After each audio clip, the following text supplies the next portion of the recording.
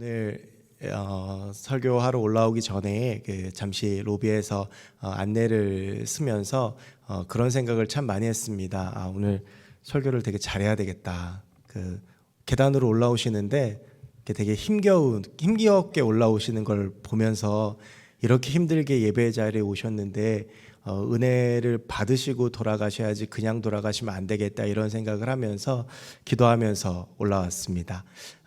이제 엘리베이터 공사 때문에 아마 올라오시는 길이 쉽지 않으셨을 텐데, 또 이렇게 많이 예배에 나오신 모든 분들을 우리 하나님께서 기다리시고 또 축복하실 줄로 믿고, 오늘 이 시간 하나님께서 하나님의 방법으로 채워주시고 큰 은혜 주실 줄로 믿습니다. 우리나라 옛말에 고슴도치도 제 새끼는 예쁘다라고 하는 말이 있습니다.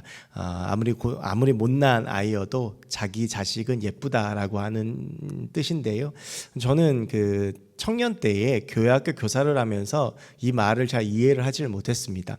이게 교사를 하다 보면 객관적으로 예쁜 애들이 있습니다. 얼굴이 예쁘든지 하는 행동이 예쁘든지 예배의 태도가 예쁘든지, 이렇게 보면 또 별로 안 예쁜 애들이 있습니다. 얼굴도 좀 이렇게 별로고 하는 짓도 좀 밉상인 애들이 있어요. 그래서 그럴 때 이런 이야기를 들으면 어떻게 객관적인 눈이 사람이 다 있는데, 그래도 보면 다 판단이 되는데 아무리 자기 자식이어도 어떻게 무조건 예쁘겠나라는 생각을 했던 적이 있거든요.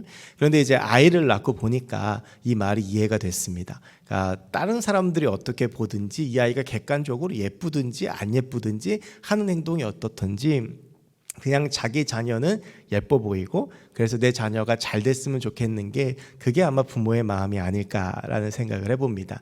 이제 오늘 본문에도 그런 마음을 가진 한 여인이 나옵니다. 오늘 본문 20절에 보면 세베대의 아들의 어머니가 예수님께 나아오는 장면이 기록되어져 있습니다. 우리 20절 말씀을 같이 함께 보시면 20절 말씀에 이렇게 되어져 있습니다. 그때에 세베대의 아들의 어머니가 그 아들들을 데리고 예수께 와서 절하며 무엇을 구하니. 여기서 이제 세베대의 아들은요, 예수님의 제자였던 야고보와 요한을 말합니다. 그러니까 야고보와 요한의 어머니가 성경의 처음이자 마지막으로 이제 본문에 등장을 하는데, 자기 아들 둘을 데리고 예수님께 나와 절을 합니다. 그런데 예수님께 나온 그 이유에 대해서 오늘 20절 마지막에서 이들의 어머니가 예수님께 무엇을 구했다라고 되어져 있습니다. 그럼 과연 이 어머니는 무엇을 구했을까? 이어진 21절 말씀에 계속 나와 있습니다. 우리 21절도 같이 함께 보면요, 예수께서 이르시되 무엇을 원하느냐? 이르되 나의 이 두 아들을 주의 나라에서 하나는 주의 우편에 하나는 주의 좌편에 앉게 명하소서라고 이 어머니가 예수님께 부탁을 하는 모습이 나옵니다. 20절 마지막에 보면 아마 이 어머니가 예수님께 예수님 내 부탁이 있습니다, 예수님 내가 예수님께 요청할 것이 있습니다 라고 이야기를 했던 것 같고, 그래서 예수님께서 이 세베대의 아들들의 어머니에게 그러면 네가 과연 무엇을 원하느냐라고 물으셨습니다. 그때 이 예수님의 물음에 이 어머니가 답한 것이, 주님께서 주의 나라에 들어가실 때 한 명은 예수님의 좌편에 한 명은 예수님의 우편에 앉아 주십시오라고 하면서 자신의 속마음을 드러냅니다. 오늘 우리가 이 말씀을 좀 잘 살펴보려고 하는데요, 먼저 이 문장 자체만을 놓고 본다면 큰 문제는 없어 보입니다. 우리가 흔히 주의 나라 그러면 천국을 의미를 하는데, 우리가 이 천국이 왔을 때, 우리가 천국에 들어갔을 때 내 아들들을 주의 좌우편에 세워달라라고 하는 이 말이 그렇게 크게 문제가 있어 보이진 않습니다. 예수님께서도 천국은 침노하는 자의 것이다 라고 이야기를 했습니다. 천국을 사모하고 또한 천국에 들어가고 싶은 열망으로도 해석할 수 있는 말씀입니다. 그런데 문제는 야고보와 요한의 어머니가 말하는 주의 나라가 우리가 흔히 이야기하는 천국이 아니라는 것입니다. 오늘 우리는 이 대화가 이루어지는 시기를 주목해 볼 필요가 있습니다. 오늘 이 말씀이 마태복음 20장 20절부터 28절까지의 말씀에 나오는데요, 이어지는 29절에서 34절까지의 말씀에서 예수님께서 맹인 두 사람을 고치시는 장면이 나오게 되고요, 그리고 나서 21장에 보면 예수님께서 예루살렘에 들어가시는 모습이 나옵니다. 그래서 이 흐름을 보고 추측해 보건대 아마 이 요청은 예수님의 사역 가장 막바지에, 예수님의 그 마지막 일주일 앞두고 이루어졌을 가능성이 굉장히 큽니다. 제자들로서는 대망의 순간이 다가오고 있는 것입니다. 제자들이 예수님을 따랐던 이유들을 보면 저마다 자신의 생각과 욕심을 가지고 따랐습니다. 예수님께서 잡히시던 날 밤에 모두 도망친 것을 보면 예수의 십자가의 죽음과 고난에 동참하는 마음으로 따르지 않았던 것은 분명해 보입니다. 제자들은 예수님의 기적을 가장 옆에서 가까이에서 본 사람들이었습니다. 예수님께서 말씀하시니까, 기도하시니까 앉은 뱅이가 일어나고 눈먼 자가 눈을 뜨고 병든 자가 고침을 받고 심지어 죽은 자가 살아나는 그 놀라운 기적을 보았고, 바리새인들과 서기관들, 그 당시에 그 지도자들, 학식이 뛰어난 사람들도 예수님과 논쟁을 하면 이기지 못하는 장면을 보았습니다. 그런 예수님의 모습을 보면 제자들은 이렇게 생각했을 수도 있습니다. 저분이라면, 예수님이라면 드디어 우리에게 해방과 구원을 주실 수 있겠다. 그런데 문제는 이들이 꿈꿔왔던 구원이 우리가 흔히 생각하는 하나님의 나라에 들어가는 그 영적인 구원을 의미하지 않는다는 것에 있습니다. 주전 587년에 바벨론에 의해서 남유다가 멸망한 후에 예수님 때에 이르기까지 이스라엘 백성들은 600년에 가까운 시간 동안을 식민지 통치를 받았습니다. 물론 그 가운데 혼란기를 틈타서 100년 정도의 자치기간이 있긴 했지만 이 바벨론, 바사, 헬라, 로마에 이르는 4개국에 의해서 굉장히 어려운 시기를 보냈던 것이 이스라엘의 역사였습니다. 여러분, 우리가 지난 일제 36년의 역사를 생각해 보면 그 36년도 지금도 우리에게 이렇게 치유되지 않은 상처와 여러 가지 문제들을 남기는데 거의 600년 가까이를 식민지 통치를 받고 주권이 없이 살았다고 생각해 보십시오. 얼마나 답답하고 얼마나 힘들었겠습니까? 그래서 이스라엘 백성들은 모세처럼 자기들을 구원해주고 이 지긋지긋한 식민지 통치, 이 노예 생활에서 자기들을 구원해줄 메시아를 기다렸습니다. 그때에 호련히 나타난 분이 바로 예수 그리스도였습니다. 인간으로서는 도저히 할 수 없는 일, 인간이 고칠 수 없는 병을 고치고 심지어 죽음까지도 이기시는 그 모습을 보면서 제자들과 수많은 사람들은 이분이라면, 예수님이라면 로마를 몰아내고 이스라엘 땅을 회복시키실 분이라는 확신을 가지게 되었습니다. 이것이 제자들이 예수님을 따랐던 이유였습니다. 그렇게 예수님과 제자들은 예루살렘에 한 걸음 한 걸음 다가왔고, 이제 예루살렘을 눈앞에 두고 제자들은 생각했을 것입니다. 이제 드디어 디데이다. 드디어 그날이 왔다. 예수님과 함께 예루살렘에 들어가면 예수님께서 왕이 되시고 우리 12명을 한 자리씩을 차지하게 될 것이다. 우리 민족은 드디어 해방을 얻게 될 것이다. 이러한 상황 가운데에서 야고보와 요한의 어머니가 예수님께 나아왔던 것입니다. 그리고 주의 나라, 이제 예루살렘에 들어가서 예수님께서 왕이 되시고, 그래서 정말 이 땅 가운데 해방과 구원이 일어나면 내 아들을 왕의 좌우편에 가장 높은 자리에 세워달라고 했던 것이 세베대의 아들들, 그들의 어머니가 예수님께 했던 요청이었습니다. 예수님께서는 이러한 마음을 정확하게 아셨습니다. 그래서 말씀하십니다. 예수께서 대답하여 이르시되 너희는 너희가 구하는 것을 알지 못하는도다. 내가 마시려는 잔을 너희가 마실 수 있겠느냐? 그들이 말하되 할 수 있나이다. 예수님께서 그들의 정확한 마음을 아시고 이렇게 물으십니다. 너희가 과연 내가 마시려는 그 잔을 마실 수 있겠냐? 아마 이 야고보, 요한, 그리고 그들의 어머니는 이 예수님께서 마시려는 잔이 왕권을 차지하고 진정한 해방을 일으키고 구원을 주는 그 역사라고 생각했을 수도 있습니다. 그런데 예수님은 지금부터 시작하실 주의 나라는 너의 생각과 다르다고 말씀하고 계시는데 이들은 그것을 알지 못합니다. 오늘 예수님께서는 내가 마시려는 잔을 너희도 마실 수 있겠느냐라고 물으실 때 잔이라는 표현을 씁니다. 여러분, 우리가 이 잔이라는 단어에 주목해야 되는 이유는 예수님께서 얼마 후에, 이 사건이 있은 지 얼마 후에 이 잔이라는 단어를 동일하게 사용하시기 때문입니다. 겟세마네 기도에서였습니다. 아버지, 하실 수 있거든 이 잔을 내게서 옮겨주시옵소서. 여러분, 여기서 말했던 예수님의 그 잔은 무엇입니까? 고난이었습니다. 그러니까 예수님께서 이렇게 묻고 계시는 것입니다. 얘들아, 나는 지금 예루살렘에 왕이 되기 위해서 들어가는 것이 아니다. 로마를 몰아내기 위해서 들어가는 것이 아니다. 고난을 받기 위해서, 고통을 받기 위해서, 그래서 너희에게 진짜 구원을 허락하기 위해서 가는 것인데 너희들 그 잔을 마실 수 있겠냐? 라고 묻는데 제자들은 예수님의 마음이 무엇인지, 예수님의 뜻이 무엇인지, 예수님의 계획이 무엇인지 그것에 관심이 없었습니다. 그저 자기들의 욕심 따라 예수님께서 왕이 되시면 내가 가장 높은 곳에 올라가게 해달라고 어머니까지 동원해서 예수님께 부탁하고 있는 것입니다. 여러분, 한 가지 재미있는 사실이 있습니다. 오늘 이 본문이요, 예수님의 제자들이 복음서를 두 명이 씁니다. 한 명이 마태가 쓰고 한 명이 요한이 쓰죠. 마가복음하고 누가복음 예수님의 제자들이 쓴 책이 아닙니다. 그런데 재미있는 것은 아까 말씀드렸지만 세베대의 아들들 하면 야고보와 요한이라고 말씀을 드렸습니다. 그런데 오늘 이렇게 야고보와 요한의 어머니가 나와서 예수님께 부탁한 이 장면이 마태복음에는 나와 있는데 요한복음에는 나와 있지 않습니다. 그러니까 예수님의 제자들이 이 사건을 다 알 것 아닙니까? 그러면 복음서를 쓸 때 기록을 하는데 마태는 이 장면을 기록했는데 정작 이 이야기의 주인공인 요한은 이 이야기를 쓰지 않습니다. 이 사도 요한은요, 다른 복음서에 없는 자기만이 아는 이야기들을 굉장히 많이 요한복음에 기록해 놓았습니다. 그런데 정작 자기의 어머니가 등장한 이 본문은 쏙 빼놓습니다. 왜 그랬을까요? 저는 아마 나중에 생각해 보니 부끄러워서 그러지 않았을까라는 생각을 해봅니다. 나중에 요한복음을 쓸 때 이 사건이 너무 부끄럽고 이렇게 예수님의 뜻을 전혀 알지 못하고 내 욕심 따라서 이야기했던 것이 부끄러워서 그 사건을 요한복음을 쓸 때 제외하지 않았을까라는 생각을 해보게 되었습니다. 여러분이 예수님 앞에 나온 이 세베대 아들들의 어머니와 야고보 요한을 보면 얼마나 어리석습니까? 얼마나 무지합니까?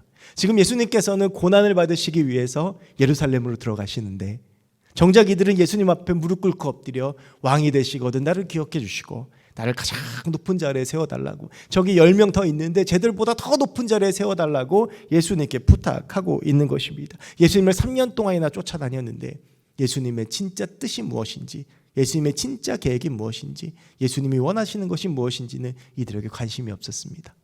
그저 출세하는 것, 내 욕심, 내 욕망, 이런 것들에 관심이 있었고, 그래서 어머니까지 동원해서 예수님께 부탁했던 것입니다. 저는 이런 모습을 보면서 이 말씀을 묵상하며 제 모습이 참 많이 생각났습니다. 저 역시 예수님의 뜻과 생각에 큰 관심이 없습니다. 그것은 기도의 내용을 보면 압니다. 우리가 하는 기도가 내가 원하는 것을 요구하는 것로만 가득 차 있고 나의 욕심, 욕망, 내 생각으로 가득 차 있다면 우리는 이들과 다를 바가 없습니다. 여러분, 그런데 예수님의 기도는 달랐습니다. 우리 마가복음 14장 36절의 말씀 같이 함께 보겠습니다. 마가복음 14장 36절입니다. 우리 함께 읽겠습니다. 이르시되 아빠 아버지여, 아버지께는 모든 것이 가능하오니 이 잔을 내게서 옮기시옵소서. 그러나 나의 원대로 마시옵고 아버지의 원대로 하옵소서 하시고 아멘. 이 기도는 아까 제가 잠시 말씀드렸던 겟세마네 기도입니다. 예수님께서는 이 고난과 어려움, 죽음을 앞둔 순간 하나님을 아빠, 아버지라고 부르십니다. 얼마나 지금 마음이 두렵고 떨리는지를 알 수 있습니다.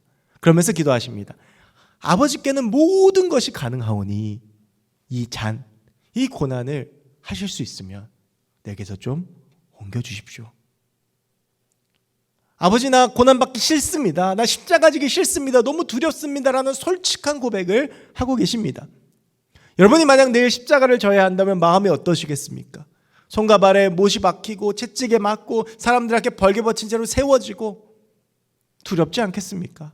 그래서 그 솔직한 마음을 하나님 앞에 고백하고 있는 것입니다. 그 기도가 얼마나 간절했던지 얼굴에 있는 모세혈관이 다 터져서 땅구멍으로는 땀이 아니라 피가 쏟아질 정도였습니다. 그런데 그 예수님의 기도의 끝은 이렇게 되고 있습니다. 그러나 나의 원대로 마시고 아버지의 뜻대로 하여 주시옵소서.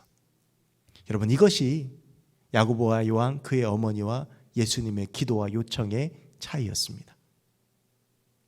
세베대 아들들의 어머니와 그 아들들은 예수님의 뜻이 무엇인지, 예수님께서 어느 길을 가시고자 하는지, 예수님께서 어떤 계획을 가지고 계시는지, 예수님께서 무엇을 하시고자 하시는지 그것에 관심 없었습니다.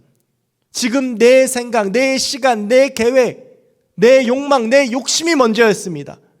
그래서 그것들을 죽음을 앞둔 주님 앞에 나와서 간구했습니다. 그러나 예수님께서는 죽음을 앞둔 그날 밤에 나의 어려운 상황, 지금 죽음을 앞둔 그 상황을 하나님께 솔직하게 고백하지만 결국 그 끝은, 그러나 주님, 내가 지금 너무 두렵고 무섭지만 나의 원대로 하지 마시고 아버지의 뜻대로 해달라고 기도하면서 그 기도가 마무리되어지고 있습니다. 사랑하는 성도 여러분, 우리의 기도도 예수님을 닮아야 합니다.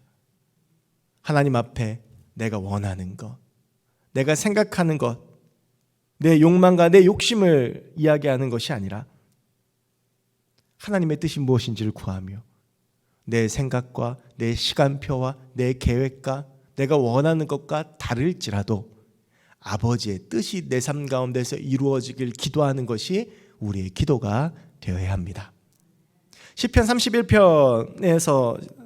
31편을 보면 다윗이 이렇게 고백을 하고 있습니다. 우리 시편 31편 13절부터 15절의 말씀 함께 읽도록 하겠습니다. 내가 무리의 비방을 들었으므로 사방이 두려움으로 감싸였나이다. 그들이 나를 치려고 함께 의논할 때 내 생명을 빼앗기로 꾀하였나이다. 여호와여, 그러하여도 나는 주께 의지하고 말하기를 주는 내 하나님이시라 하였사오니 나의 앞날이 주의 손에 있사오니 내 원수들과 나를 핍박하는 자들의 손에서 나를 건져 주소서. 아멘. 여러분이 시편 31편을 나중에 한번 시간이 되시면 읽어보시면 1절부터 20절까지의 그 말씀을 통해서 다윗이 얼마나 힘든 상황 가운데 놓여 있는지 알 수 있습니다. 아들 압살롬에 의해서 왕에서 쫓겨나고 그래서 그 나라를 떠나서 목숨의 위협을 받고 있던 그때에, 자기를 치려고 한 대적들이 온 땅에 가득했던 그때에 다윗은 그런 상황들을 하나님 앞에 이야기하면 내가 주님을 의지합니다. 나의 앞날이 주의 손에 있습니다 라고 고백하고 있습니다. 여러분, 우리의 인생이, 우리의 앞날이, 우리의 삶이 우리 주님의 손에 있는 줄로 믿습니다.